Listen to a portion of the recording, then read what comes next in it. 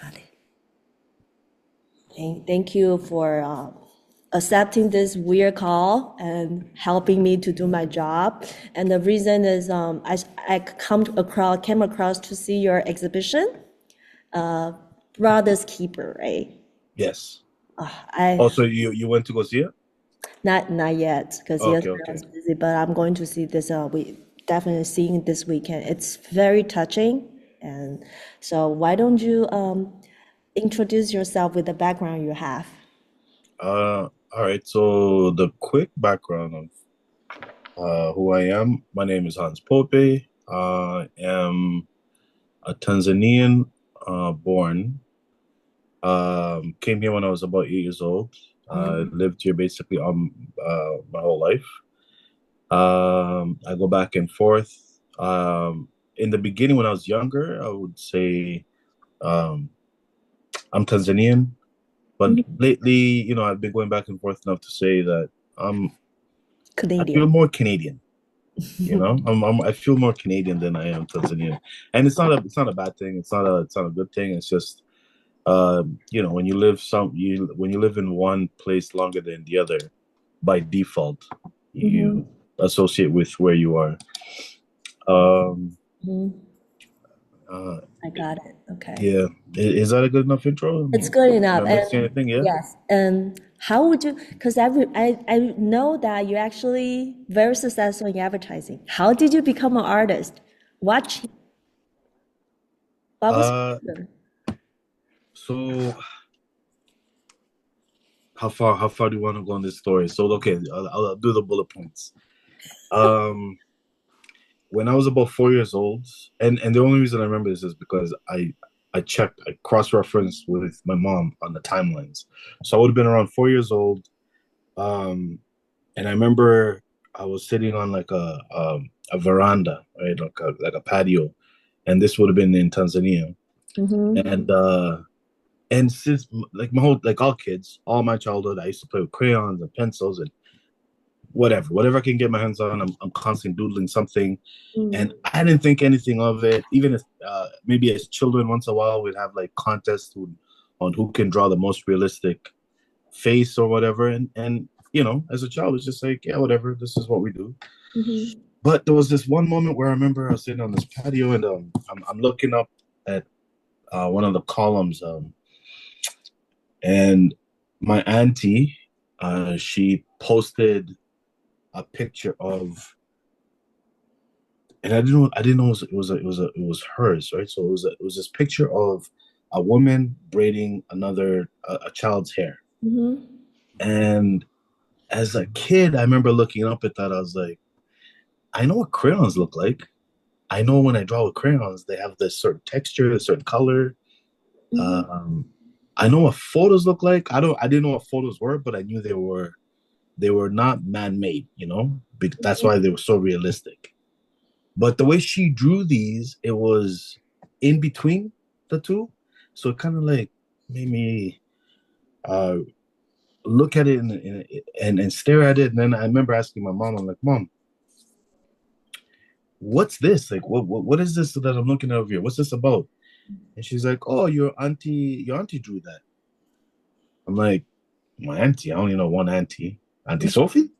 And she's like, Yeah, Auntie Sophie drew that. I'm like, I know what drawing is. I know what paper is, but what she did there, that doesn't look like either of the two. And for the first time in my child's mind, I was like, wait a second. A human being can do that? A Mm-hmm. human being can manipulate something to look that real. And that's my earliest memory of a spark going off. Wow. And I was like, okay, I don't know what that is, but I want to do that. Wow. Okay. Age of 4. Yeah. That is a picture she drew, right? Yeah. And I'll be honest with you, I saw it when I went back a few times back home. And no, no spite to my auntie, but it's not as good as you think it might be. You know, it, Oh. it like now that I'm older, now that I've worked on my craft and my passion. I look at that same, I saw it, like I saw that drawing, and I was like, oh, she's. It wasn't really that good, you know. She But inspire you. yeah, but it was good enough for the person I was at that age, Mhm. and it did the trick, you know. It did the job.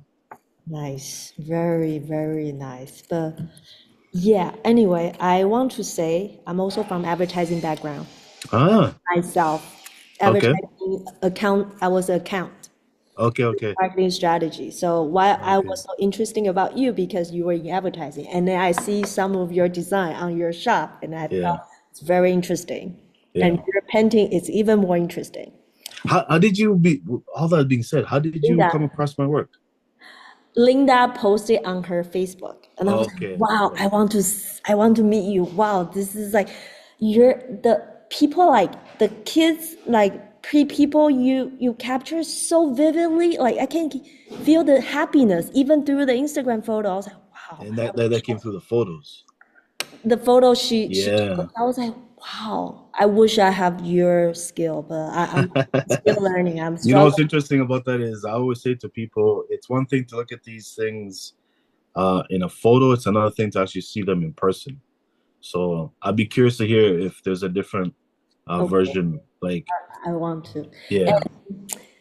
So how did you, so I believe that Tanzania, like coming back and forth, and then you visit a lot of the kids, who are the inspiration for this show? Your family or?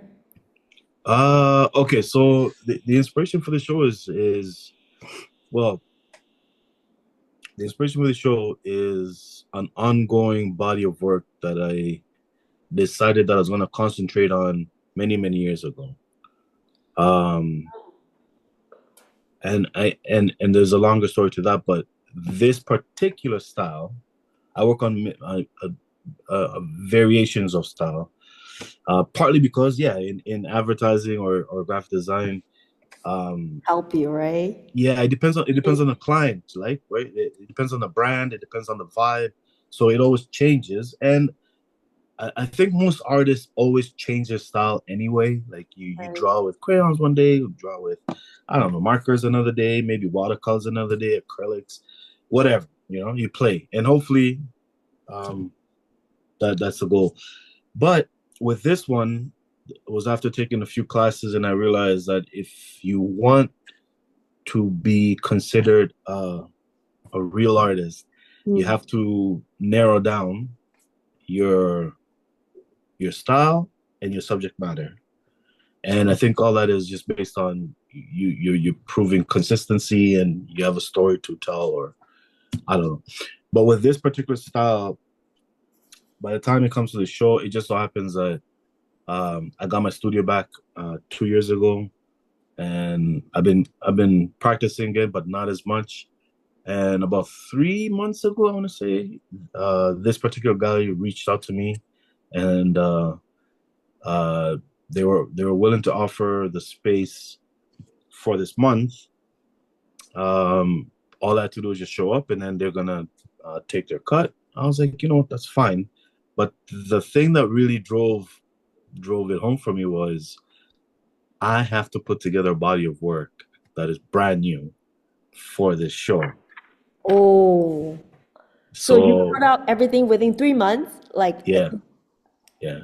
In fact, it's probably within six weeks what? because 3 months when they proposed, I was like, yeah, I got plenty of time, right? It's that whole illusion of time.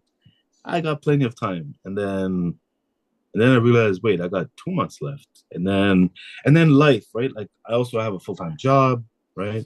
I have freelance gigs, you know, family, all that stuff.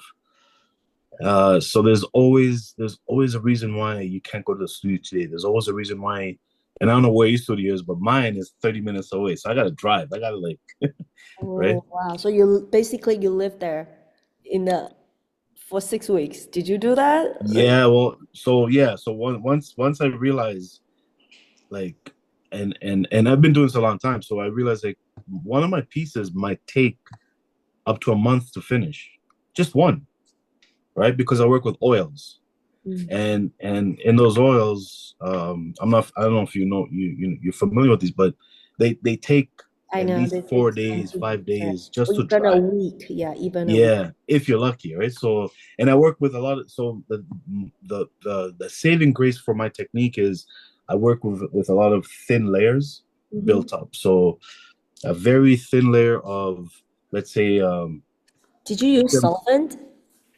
uh Yes or no? only to clean my brushes. Oh, so you don't use solvent on your oil paint. No, no, Does it make it because dry faster though? no, so I use different media to help me with drying process. If Okay. I use solvent, what I learned about solvents is, especially the way I work, it Mhm. really divides the pigments. It really separates the pigments. Because you have a fabric on your wooden Yeah, panel, right? And yeah, if you solvent that fabric, the color will fading out, like spread. yeah, Okay, yeah. I got you. Okay. And because solvents add liquidity, right? Mm-hmm. It will start running. So I use a lot of alkyd mediums. I don't know if you're familiar with them. A lot of gels in between my. So I mix a lot of alkyd gels in the paint, and Mm-hmm. it's so transparent that you can. The goal is to make sure that by the time I'm done, 6, 7, I don't know, 10, 12 layers later of thin layers, you could still see the fabric in the background. It's so beautiful. It's how did you come up with the idea of using the fabric? Did you like actually go to Tanzania and then collecting those fabric over time for this project, or did you like collecting it like throughout years of like going back visiting? So when I started going back was the first time I went back was 2005. I would have been 25 years old, and at that point I was working as a full time designer. Mm, I worked in private like a small design shop. Um, I worked in a big agencies. I traveled. No, at that point, 2005, I didn't travel yet.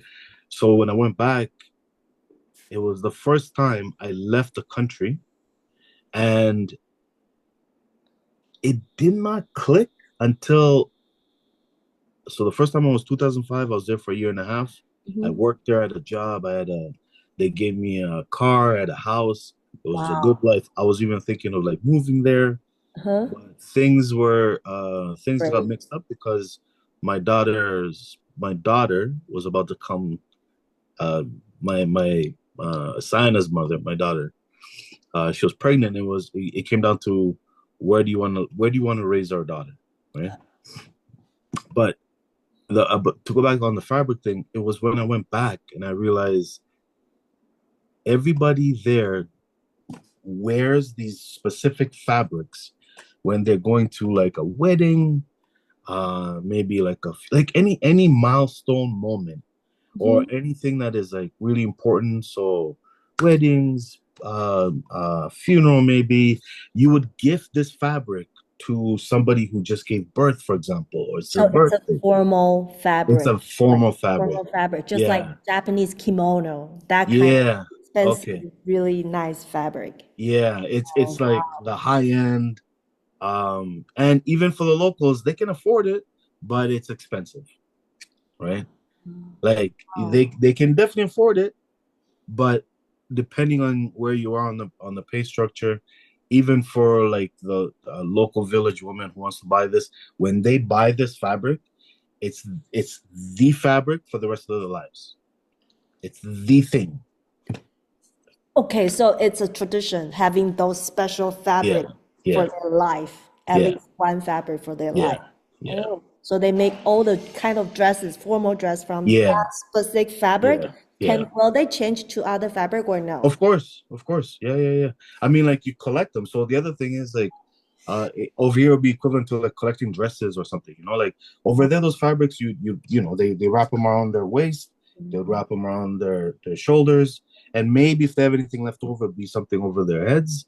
Wow. But um, when I went back, I noticed like only a few, like this was back in those days, 2007, 2005.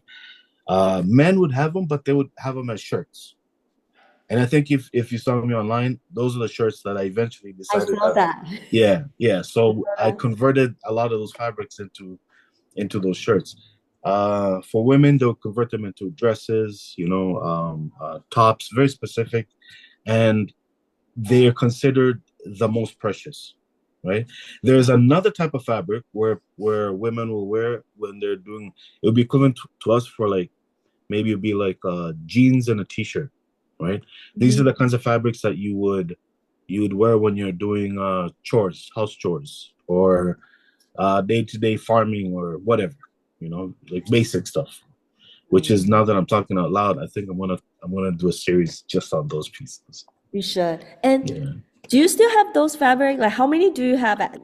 I've collected over the years. Yeah, You yeah, must have like this yeah. much. I have a box, like I have I A lot. like I have boxes full. Oh, Yeah, wow. yeah. Wow. And also, as an artist or a designer, I would say focus on artist. What is the most difficult time you had? The most difficult time for sure. Okay, there's maybe two parts to this. Mm. Um, when I first decided that I was gonna try and pursue art full time outside of my design life was about 2008, and this is when I was getting laid off from my advertising agency Mm-hmm. because the client decided that they're gonna switch agencies from us to another client, and Mm-hmm. so anybody underneath that umbrella, and I know you know this, but for Uh, anybody underneath that umbrella was either you moved to a different part of the organization, and if they couldn't find a place for you, Or change the team. yeah, yeah. But for me, I just started. I was about 2 years in, so I was at the lowest rung of the tier, and they couldn't find a place for me. But to be quite honest, I did not want to continue doing the same type of work, so they let me go, but with a lump sum package. Mm-hmm. And when Right. this was about to happen, I knew this was coming a long time. So I remember speaking to my partner, and I said, listen, there's this thing that's been nagging in the back of my head for forever. No matter how long, how much effort I put into advertising, how much effort I put into this work. Sometimes in there till midnight. I come back the next day, 7 o'clock in the morning till midnight. It's just I don't feel like I ever produce enough, or I feel like I produce the thing that, you know, For and client, not for yourself. yeah, yeah, and then, and maybe I'll be more open with this. It was Dell. Like I was working on Dell. So back in 2008, this was before like social media, all this stuff. I know. So I would create We're at the same catalogs. age. I'm 81. Okay, I'm 79. Okay, about the Yeah, same. Yeah, yeah. I know. So yeah, so it got to a point where I was like, no matter how much heart and soul I put into my craft, at the end of the day, I recognize some of those catalogs will show up in my address, and I would go pick it up, and I would sit there and watch other people look at the catalog, to flip through it really quickly, and it'll go directly into the recycling bin. And I Uh-huh. would be like, I don't did know. I really? Is this what I thought I was going to be doing as an adult? Like, is this what I studied? Is this what I studied? And so anyway, so when they gave me the lump sum, I was like, I just need. I remember saying this to her. I was like, I just need 1 year. It's going to be a tough year. It's going to be a struggle, but I just need 1 year. And I treated that 1 year as a full time job. So I would wake up the same time. I would I would grind as much as I did when I was in the office. And for example, sometimes I put my daughter in to bed at 8 p.m. I would go to the kitchen. Kitchen was my studio, and I would paint till 12, 1, 3 in the morning, sometimes even 7 when I was super inspired. I would take her to daycare, come back, sleep 4 hours, wake up, and I'd run back to the kitchen. I'd be like, did I do what I think I did last night? And then I run to the kitchen, take a look. I'm like, oh. Anyway, I was super Mm. excited. It really gave me a lot of. There was something to it. There was something to it. So, uh, yeah, I don't know if I trailed off on. You did. Wow. It's just wow. So you overcome it. So can we say you overcome it by just focus what you really looking? Oh, the hard. Yeah, okay, fine, fair enough. Yes, there was a lot of nights of um, what am I doing? Why am I doing this? My daughter at that time was like 2 years old. And you I were was busy like, at the agency life, right? And yeah, seeing I just, people like not like very disrespectful to your yeah, products that you made. Yeah. yeah, yeah. So there was definitely a lot of insecure thoughts, and then with my partner, it went from I got you, I hear you, I got you, babe, to which was when she said that initially would be you're going from a steady paycheck every 2 weeks, you're getting X amount of money, and it's like clockwork. You could pay your bills, you could take it. There's a certain lifestyle you've acquired over the I know. years, Yeah. right? And then you go from that to, hey, we can't go out on a Friday night because, Because hey, we've budgeted for a year, we can't indulge on certain things, and it goes from yeah, but and then those conversations turns into arguments, and then that kind of spun off, and then I realized by then that was like those were the first inclinations of this relationship is in trouble. And then that while being in front of the canvas and I'm painting, and as an artist, you're sitting there in front of your canvas or whatever it is, and you have a lot of time with your thoughts and what you're doing, which quite frankly is very meditative. But you meditate. have to deal with a lot of those hard questions. You have to deal with a lot of those. What am I doing? Why am I doing this? But Mm.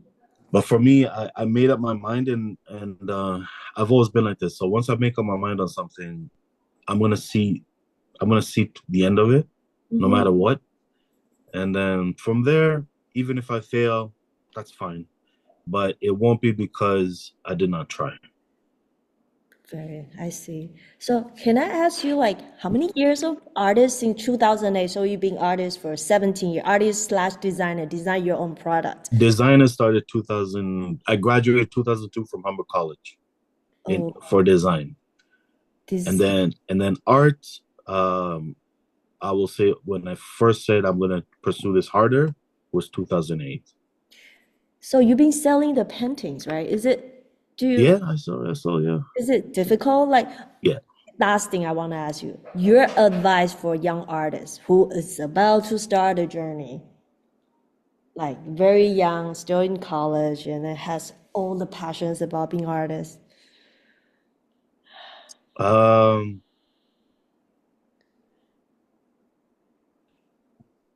do it. Just be true to yourself Wow. enough. Mm. Listen to yourself. Listen to your heart. Listen to your gut. But do your homework. Like, do your homework, do your research, and really consider if this is a path you want. Um, know that Mm. it's going to be financially unsatisfactory. Really? Even right now, like, after 17 years, do you think no? No, no. I look at my peers like I have a full-time job, right? So I You work. still have, right now you have you go back, you're in the design right now? I'm a designer. I work with the government right now as their sole designer for the agency. Wow. And the reason I had to do so now I'm in my I think it's my seventh year, eighth year now. So I tried to do the full-time artist for 5 years straight, and it is a miserable existence. I won't sugarcoat that. I'm not gonna lie about that. It's really tough, especially if you think Um, Oh, no, I don't want to be artist. I'm scared. I really want to have that. I really have that passion, but yeah. 5 years? Yeah, no, like 5 years of nothing. 5 years, I would sell some stuff. Here's, for example, one piece takes me 6 weeks, right? Especially Right. now I've learned how to fast forward drying times and techniques, and it's taken me all these years. But like when I first started, one piece would take about 6 weeks, right? Just to do one piece. And sometimes when I do these sales, for example, at Toronto Outdoor Exhibition, I'd have these. I get in there and I'll meet different people, and some people come to me and they'll be like, "Hey, man, why are you selling a piece for 2,000? Why is that piece 2,000? Why is that piece 1,200?" And I'll look at him. I'm like, he doesn't know any better. It's not an attack. People who have money will not question how much your Right. piece is. Right. People who don't have money will question your pieces. But I also took it as an opportunity maybe to educate them. And this was my basic bullet point. How long does it take for you to get a paycheck? 2 weeks. How many hours did you put in those 2 weeks? Let's say 80 in 6. 2 weeks. Yeah. I put that much time throughout 6 weeks, maybe more, and the piece that I'm selling is 2,000 That's in fair six enough. weeks. That's nothing.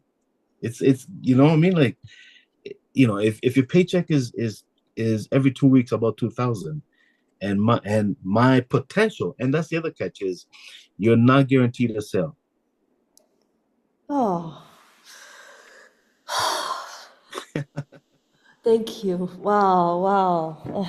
Because I feel like I really thought being artist, you just focus on what you really want to do. But in terms of bread, we need to look at the bread too. Because, Yeah. You got to look at the finances. You got bills to pay, right?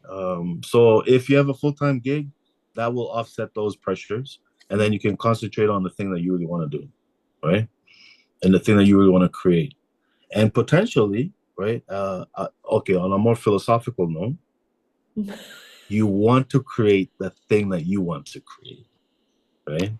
The money will come. There's a lot of pieces when I was creating them, I wasn't sure they're going to sell. My mom was like, "Why are you painting this? Nobody's going to buy this." I've heard anyway. There's so much negative stories, but on a philosophical note, and this is why I still pursue art.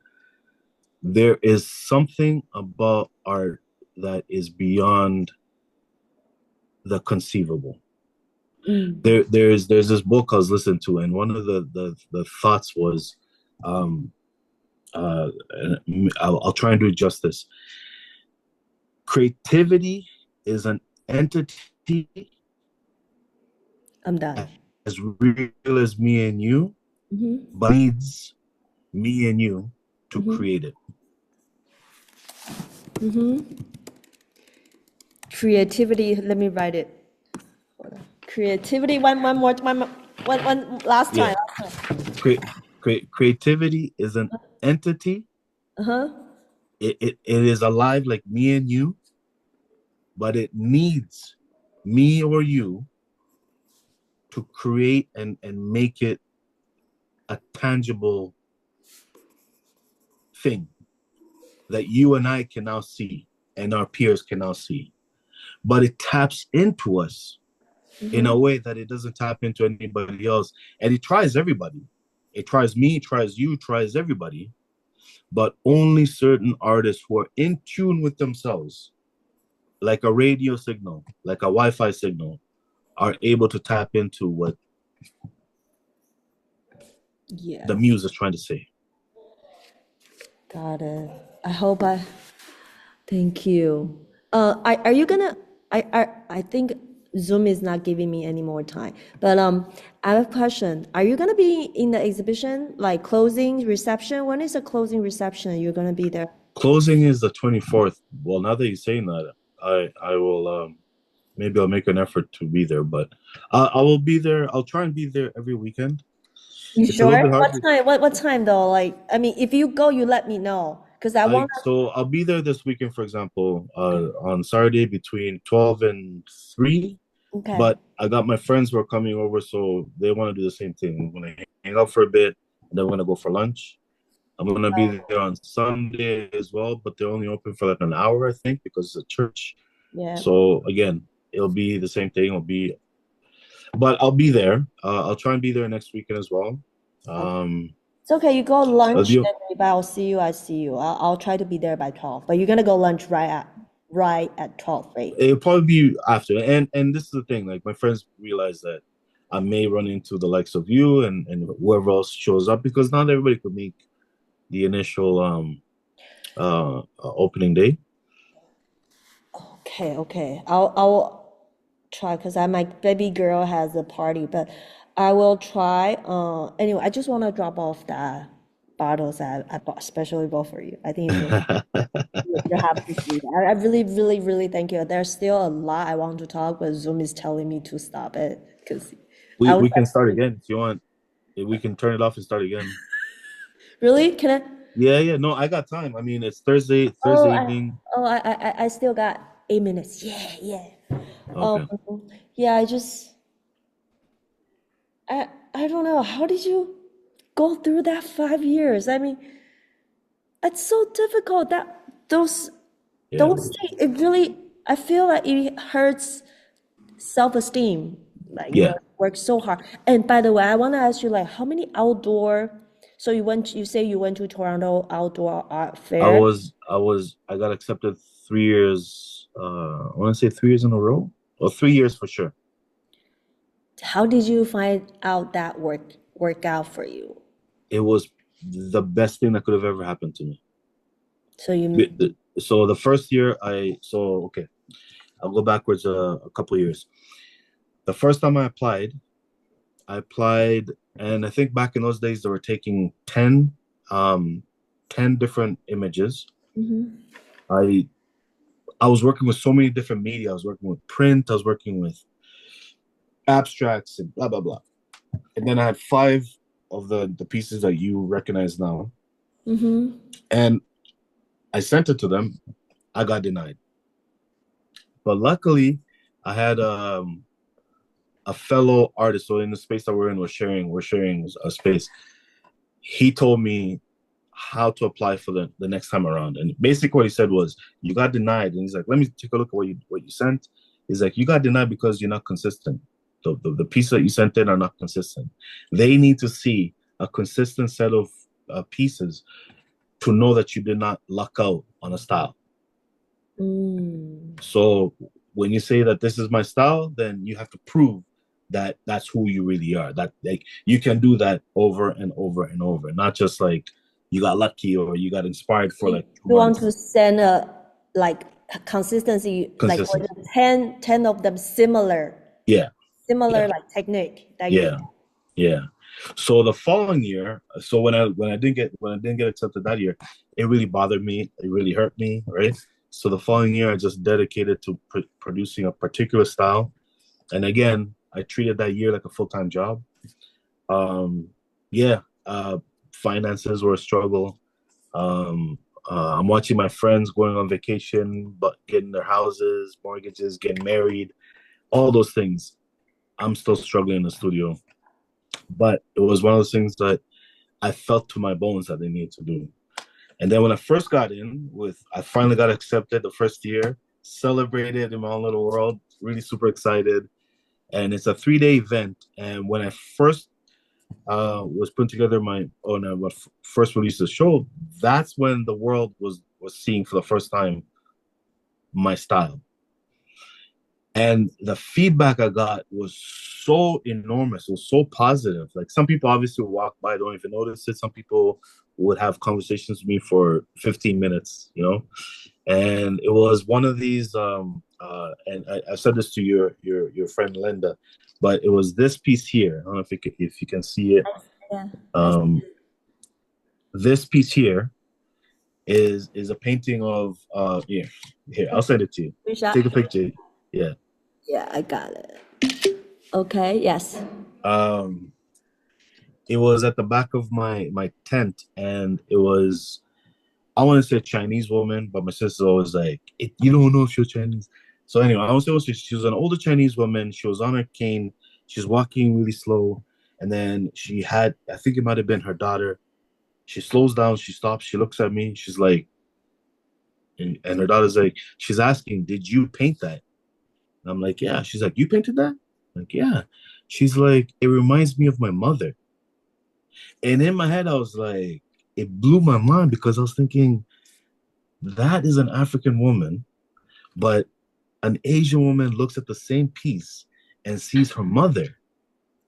That's when I realized that the work that I was doing that I thought was going to be very niche is actually very universal. It just depends on who sees what in your piece. Yeah, wow. I don't know if I will go full ride being artist. Uh, thank you, Rita.